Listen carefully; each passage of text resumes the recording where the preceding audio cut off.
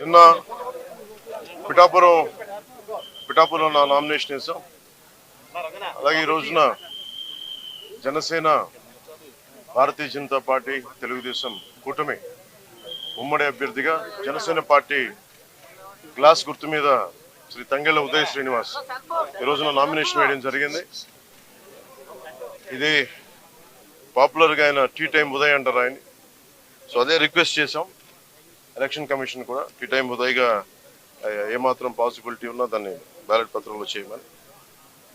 Rule 56 పేజ్లో ఒక rule ఉంది. సో దాని ప్రకారం చేసుకోవచ్చు. అది కూడా వాళ్ళు కన్సిడర్ చేశారు. ఈ ఎన్నికలు చాలా రాష్ట్రానికి చాలా కీలకమైనవి. వచ్చే ఎన్నిక ఒక 5 సంవత్సరాల కోసం కాదు, ఒక తరం కోసం.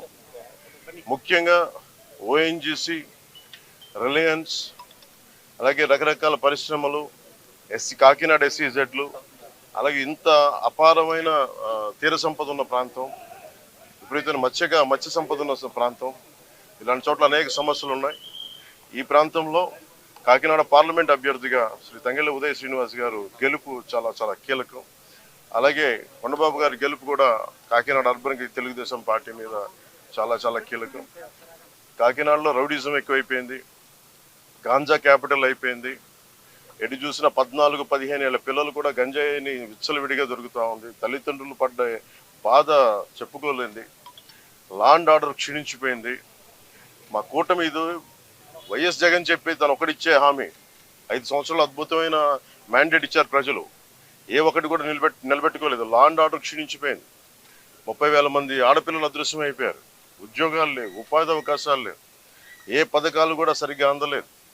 ఇలాంటి సమయంలో ఒకళ్ళు కాదు, ముగ్గురం కల్పిస్తున్నాం. ఎందుకంటే 5 కోట్ల మంది ప్రజలకి ఒక పార్టీ కాదు 3 పార్టీలు కలిసి ఈ రోజున మేము ఒక బలమైన కూటమిగా 2014 ఎలాంటి కూటమిగా ఏర్పడ్డామో అలాగే ఉభయ గోదావరి జిల్లాలో కూడా, ముఖ్యంగా ఉభయ గోదావరి జిల్లాల్లో జనసేన, భారతీయ జనతా పార్టీ, తెలుగుదేశం కూటమి స్వీప్ చేయబోతుంది. నిన్న చెప్పాను, మనది జంతు ప్రపంచం కాదు, మానవ ప్రపంచం. అలాగే కాకినాడ పార్లమెంట్ సంబంధించి 7 నియోజకవర్గాల్లో మీ ప్రభావం ఎలా ఉంటది?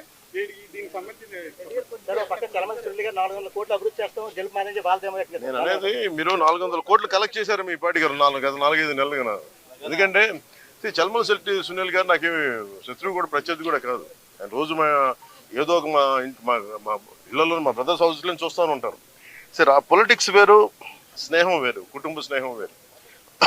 నిజంగా ఆయన ఒక పార్టీ మీద నిలకడగా ఉండే వ్యక్తి అయితే నిజంగా ఒక జాలి పాపరే ఎన్నిసార్లు ఓడిపోయాడు. ప్రతిసారి అవకాశవాదంగా నిలబడటం, వెళ్ళిపోవటం, మళ్ళీ ఎలక్షన్ ముందు రావటం, ఇవన్నీ సరైన సంకేతాలు పంపవు.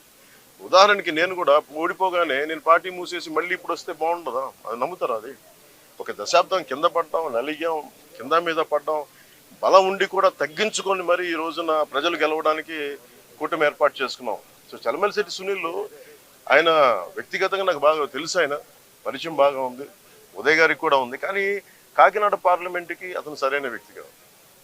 ముఖ్యంగా సునీల్ గారు చాలా కీలకమైన ప్రశ్నలు కొన్నిటికి సమాధానం చెప్పాలి. కాపు రిజర్వేషన్ని చీకొట్టింది వైసీపీ పార్టీ. అలాంటి పార్టీని రిప్రజెంట్ చేస్తున్నారు. 27 దళిత పథకాలు తీసేశాడు, దానికి సమాధానం చెప్పాలి. దళితులకు సంబంధించి బీసీలకి 34% నుంచి 24% స్థానిక ఎన్నికల్లో తీసేశాడు, దానికి సమాధానం చెప్పాలి. ఇలా 30,000 మంది ఆడపిల్లలు అదృశ్యం అయిపోయారు, అతను దానికి సమాధానం చెప్పాలి.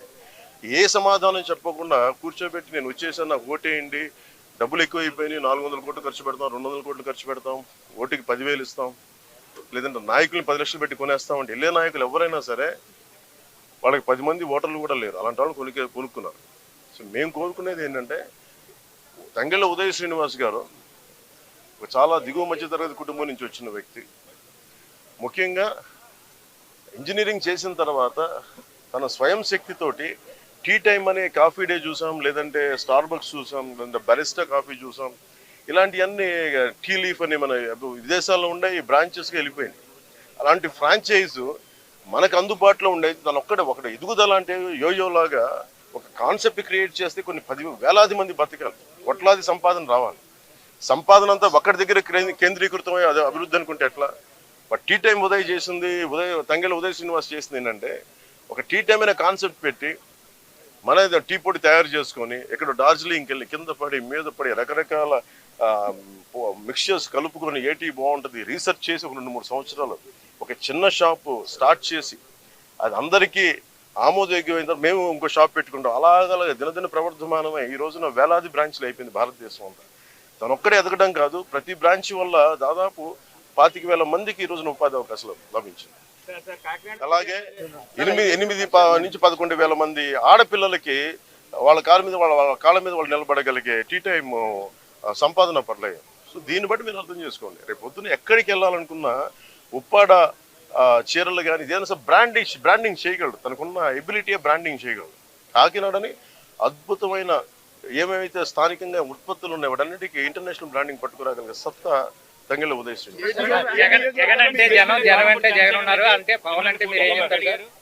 నేను అలాంటి సినిమాలు నేను డైలాగులు చెప్తాను. నేను వస్తే సింగిల్గా వస్తాం, నేను అలా నేను చెప్పను. నేను 10 సంవత్సరాలు నిలబడతానంటే మాట్లాడను, నిలబడి చూపిస్తాను. అలాగే ఓటు చేయలేనివ్వను అంటే నేనేం మాట్లాడను, నిలబడి చూపిస్తాను. మోడీ గారి వ్యాఖ్యలు ఏదైతే చేశారో అవి చాలా సంచలనంగా ఉన్నాయి. ఏమని ఏదైతే రాజస్థాన్ సభలో ఆయన బర్మా సభలో అని చెప్పాను. ఒక్కడే దాని మీ స్టాండ్ సార్.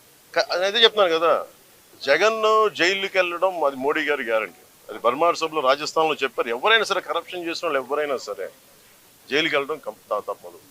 ముఖ్యంగా 30 కేసులు పైన ఈ రోజున ఆయన కూర్చోబెట్టి ఆయన 30 కేసులు పెట్టుకుని బెయిల్ మీద తిరుగుతున్న వ్యక్తి ముఖ్యమంత్రి అయ్యాడు. ఇది మారాల్సిన సమయం, ముఖ్యంగా మనం మారాల్సిన సమయం అది.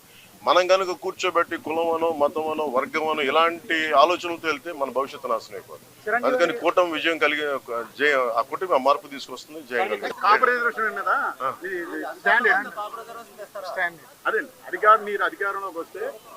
ఇది ఫస్ట్ మీరు చల్మూరు సుట్టి సునీల్ అడగండి. ఫస్ట్ ఈ మాట ఎవరైతే సపోర్ట్ చేస్తారో ఫస్ట్ వాళ్ళ దగ్గరికి వెళ్ళి ఈ ప్రశ్న అడిగి అప్పుడు నన్ను అడగండి చెప్తాను. సీట్లు తగ్గించుకోవడం 21 సీట్లు తగ్గించుకున్నారు. ఆయన 10 స్థానాలకే ఆయన గెలుపు ఆల్రెడీ డిసైడ్ అయిపోయిందని సజ్జలు కామెంట్ చేస్తున్నారు. వచ్చే గెలుపు సజ్జలు చంద్రబాబు చెప్పారు కదండి, బ్రోకర్ మాటలు ఏం పట్టించుకుంటాం. Thank you.